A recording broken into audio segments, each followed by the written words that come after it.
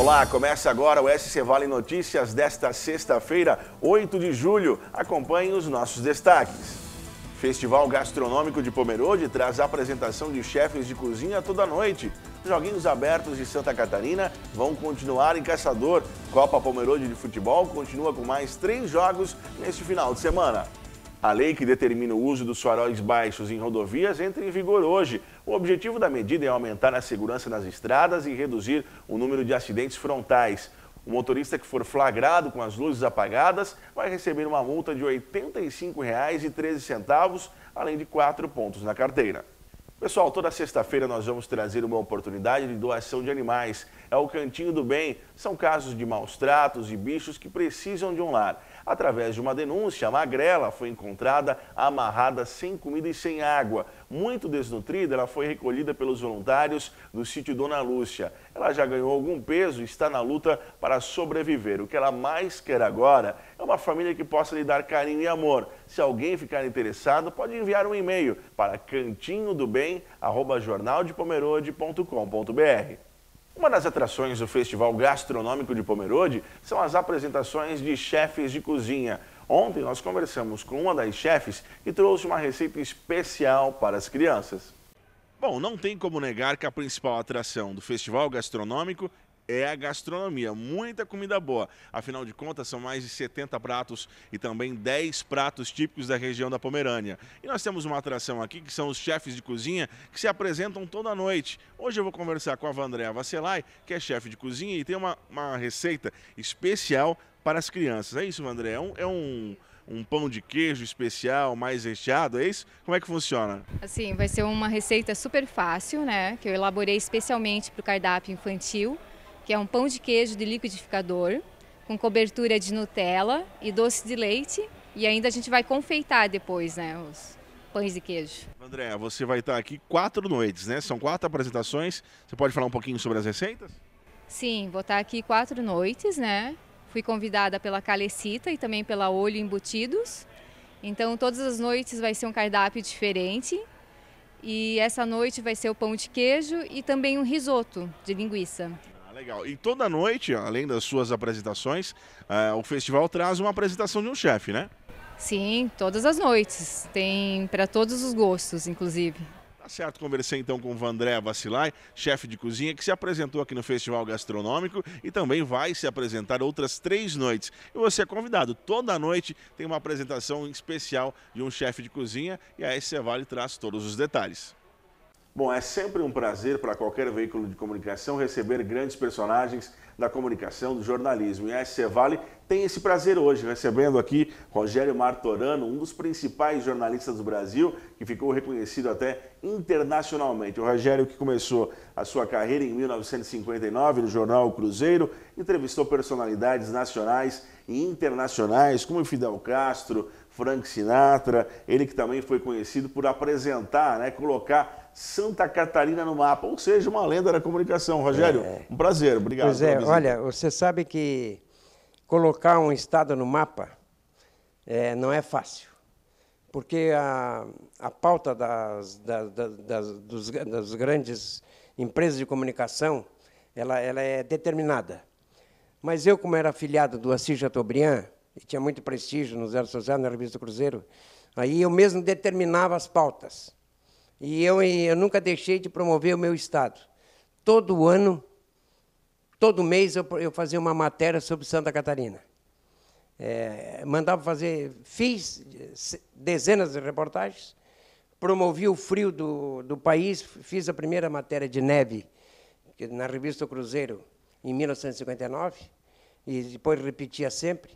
E aí, sempre Santa Catarina estava sendo promovida gratuitamente, porque eu tinha muito prestígio e eu só queria prestar esse serviço ao meu estado, que eu tanto amo e que sempre admirei. Rogério, depois de tantos anos, qual o sentimento que você tem por ser reconhecido como o homem que colocou Santa Catarina no mapa? Não, isso é um privilégio muito grande.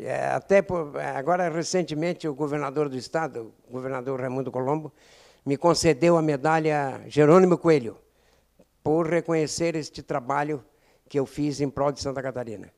Eu fico feliz, que já sou um homem que estou partindo para os 77 anos de vida, mas para mim é uma honra ser considerado um jornalista que ajudou a promover sua terra natal, seu estado, sua gente, seu povo e as belezas naturais. Principalmente Pomerode, que é uma das cidades mais bonitas do Brasil. Rogério, o que todo mundo sabe, as pessoas que pesquisam sobre o teu trabalho, que você foi reconhecido por entrevistar personalidades nacionais e internacionais. Nós já citamos aqui algumas, Fidel Castro, Frank Sinatra, né? Mas o que ninguém sabe, que só você sabe, bambeou a perna aí ao entrevistar alguém, ficou nervoso, alguma entrevista que o pessoal não sabe? Conta para nós. Não, é claro que dá um friozinho na barriga sempre, né? Porque a responsabilidade é muito grande. Mas você sabe que a gente é perdoado pelas falhas.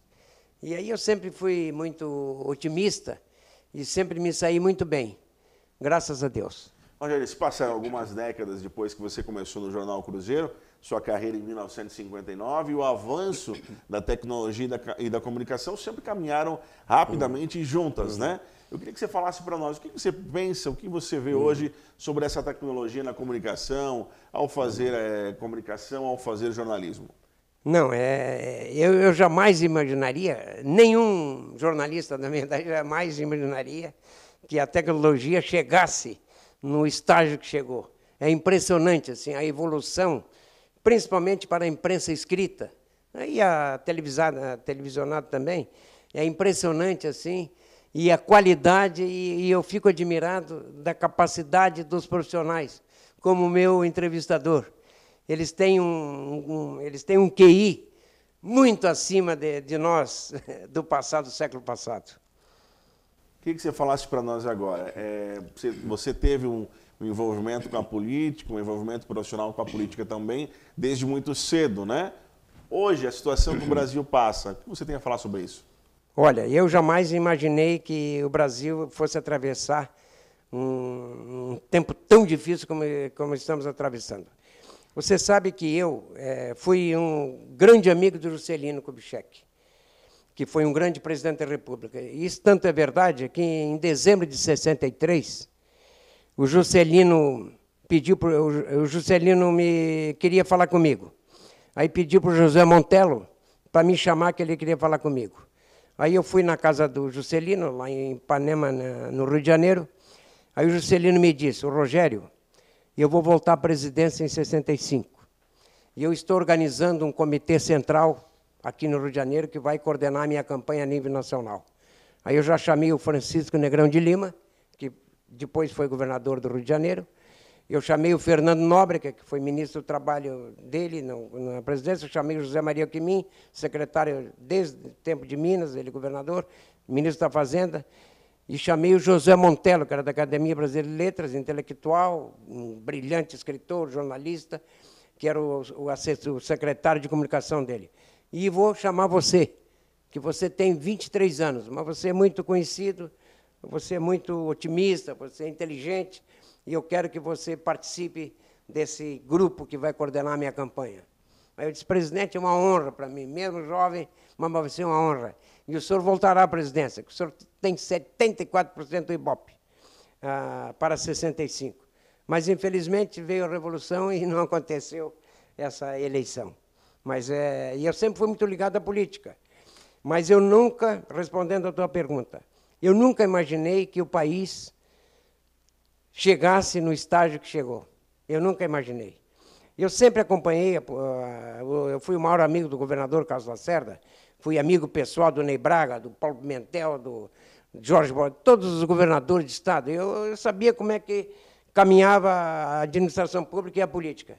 Mas nesse patamar que está hoje, a corrupção, a propina, não é 10%, é até 30%. Cada dia você vai vendo mais escândalos, mais escândalos. Eu nunca esperava que eu fosse ver um Brasil como está hoje. Mas tenho esperança com o Temer na presidência, eu tenho esperança. Mas eu tenho mais esperança com o nosso juiz, o nosso Moro de de Curitiba, o trabalho que a Lava Jato está fazendo em prol do Brasil. Rogério, eu queria que você falasse um pouquinho agora para o pessoal encontrar o teu trabalho, o que você está fazendo, está aposentado ou ainda... Eu já me aposentei há alguns anos, mas continuo atuando no jornalismo, sempre que eu posso eu atuo.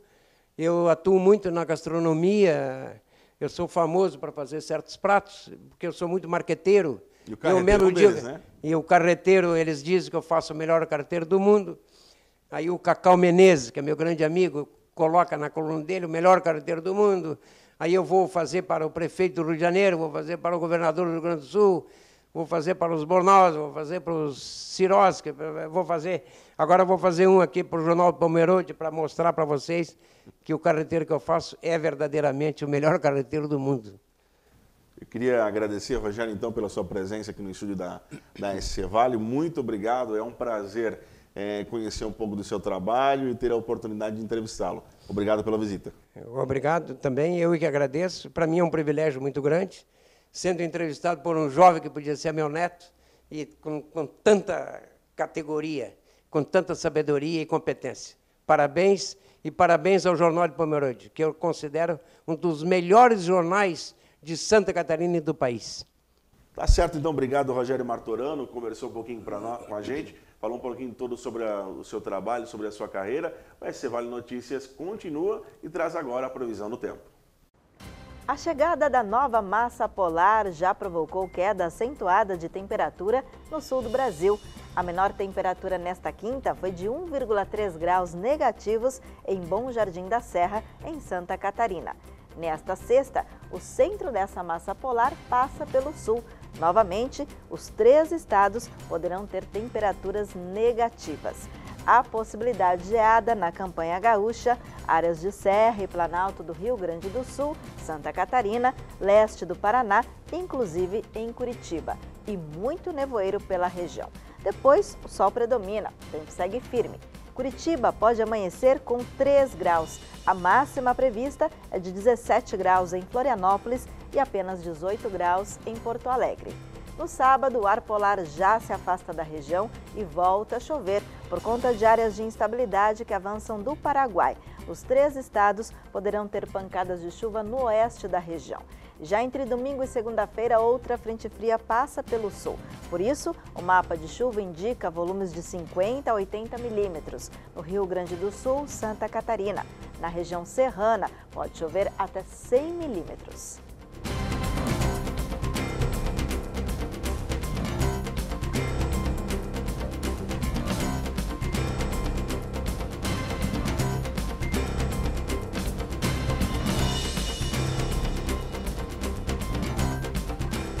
Bom, pessoal, neste sábado tem mais uma edição impressa do Jornal de Pomerode. Quem tem mais informações é a repórter Tatiane Hansen. Tatiane, o que o pessoal pode esperar do jornal desse final de semana? Olá, Brian, tudo bem? Então, sábado tem mais uma edição do Jornal de Pomerode e a nossa matéria de capa vai falar sobre um desmoronamento que aconteceu na rua Kurt Ehringen, no centro da cidade, na noite de quarta-feira, dia 6 de julho, e que a Prefeitura suspeita, a Defesa Civil e a Secretaria de Planejamento que tenha ocorrido por causa de uma infiltração do SAMAI.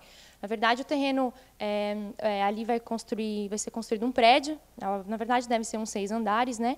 E por conta da obra, esse desmoronamento aconteceu, mas o proprietário já disse que vai arcar com todos os custos, a via está bloqueada, metade dela por enquanto, e deve ser liberada somente em meados da semana que vem. A gente também vai falar sobre o nosso festival gastronômico, que começou na quarta-feira, segue até o dia 17 de julho e que está sendo um grande sucesso em Pomerode, com milhares de pessoas que já prestigiaram e, com certeza, vai colocar mais uma vez Pomerode em evidência. E no esporte, a gente vai falar sobre os atletas do atletismo de Pomerode, são 4 pomerodenses que vão participar do Campeonato Brasileiro. Também uma conquista para a nossa cidade, para os nossos atletas e motivo de orgulho, né? Tá certo, então conversamos com Tatiane Hansen sobre a edição impressa deste sábado e continuamos com outras informações, inclusive do esporte. Foi nessa semana dito que a cidade de Caçador deixaria de realizar os Joguinhos Abertos de Santa Catarina, mas essa situação mudou e quem fala para nós sobre isso é o conselheiro estadual de esporte, o Frank Uter. Sim, confere a competição, ela ficou confirmada em Caçador, apesar de uma nova data, né? O presidente da FESPORT, o Milton, ele foi ao ao meio oeste essa semana, como eu já havia antecipado para vocês na última entrevista. Teve uma boa conversa com o prefeito, também com os dirigentes de lá, e acordaram então que para manter a qualidade do evento, principalmente na questão estrutural e nos investimentos, tanto que o Estado quanto o município estão promovendo, deveria se estudar então uma nova data. E pelos problemas legais de repasse de recursos nesse período eleitoral, então ficou definida que a nova data será de 8 a 16 de outubro, e mantendo então a cidade de Caçador como sede dos Joguinhos Abertos desse ano. Bom, vamos continuar falando de esporte. Quem já está aqui comigo é Bob Gonçalves, que tem algumas informações, inclusive alguns atletas de Pomerode foram convocados, né, para o Campeonato Brasileiro de Atletismo, e é o Bob que tem essa matéria e traz para a gente. Pomerode sempre teve vocação no atletismo e dessa vez não foi diferente. Nos Jogos Escolares de Santa Catarina, a nossa cidade conquistou 4 vagas para o Campeonato Brasileiro que acontece em João Pessoa. E para falar um pouco sobre isso, eu converso com o treinador, o Odair Luiz dos Santos, popular Chico. Odair, como é que você vê essa classificação, esses atletas que vão representar a nossa cidade, Santa Catarina, no Campeonato Brasileiro? Bom, faz um tempo já que esse pessoal vem treinando, né? Então, a categoria de base hoje em Pomerode, ela é bem forte e ela está cada vez fortalecendo mais. Então, esse foi o ano que a gente igualou ao ano passado, né, no número de atletas, mas para nós no campeonato estadual foi a nossa melhor participação. A gente teve inúmeras medalhas, né? No total foram 10, na verdade. E essa classificação para o Campeonato Brasileiro para nós é muito expressivo, porque a gente sente que está sendo um trabalho bem feito. Quantos atletas participam desse trabalho de base com vocês aqui? Hoje a gente tem cerca de 40 atletas treinando na pista, né? Não todos os dias, porque às vezes alguns alunos têm aula de manhã e à tarde, outros têm bilíngue e por aí vai, né? Mas nessa outra atividade, semanalmente, em torno de 40 alunos. E você, Chico, você que vem dessa escola também, acompanhou a evolução do atletismo durante todos esses anos, para você é uma satisfação também poder treinar, inclusive, a seleção catarinense, né? Exatamente, para mim foi uma honra, né? Vai ser o meu primeiro ano, vou ser técnico da seleção catarinense, né? Na categoria escolar. Acho bem gratificante, né? Porque eu vou estar podendo acompanhar mais de perto os meus atletas, então com certeza vai ser de grande valia. Tá certo, conversei com o Odair Luiz dos Santos, popular Chico, treinador de atletismo aqui de Pomerode, que classificou aí 4 atletas para a competição brasileira na cidade de João Pessoa. Bob, notícia positiva para o atletismo de Pomerode, né? Esses atletas aí que foram convocados para o Campeonato Brasileiro de Atletismo, tudo bem?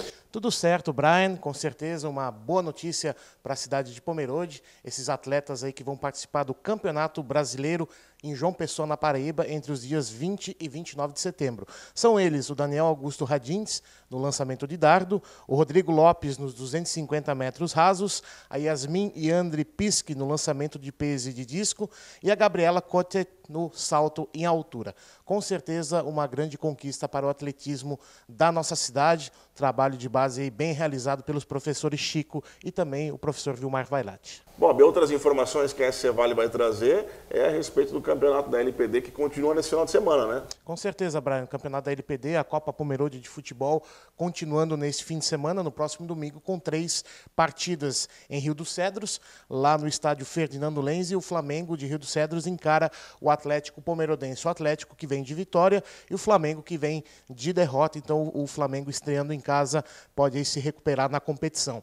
Já aqui em Pomerode, no estádio Hermann Weghe, no centro, o Floresta encara o Botafogo. O Floresta também estreando em casa, encara aí o Botafogo. E as duas equipes que venceram na primeira rodada. Essa partida é muito importante, valendo a primeira colocação da competição. E lá no estádio Hermancor, em terço central, Brian, teremos aí Vera Cruz e Caramuru, jogo dos desesperados. As duas equipes perderam na primeira rodada e buscam em recuperação na competição.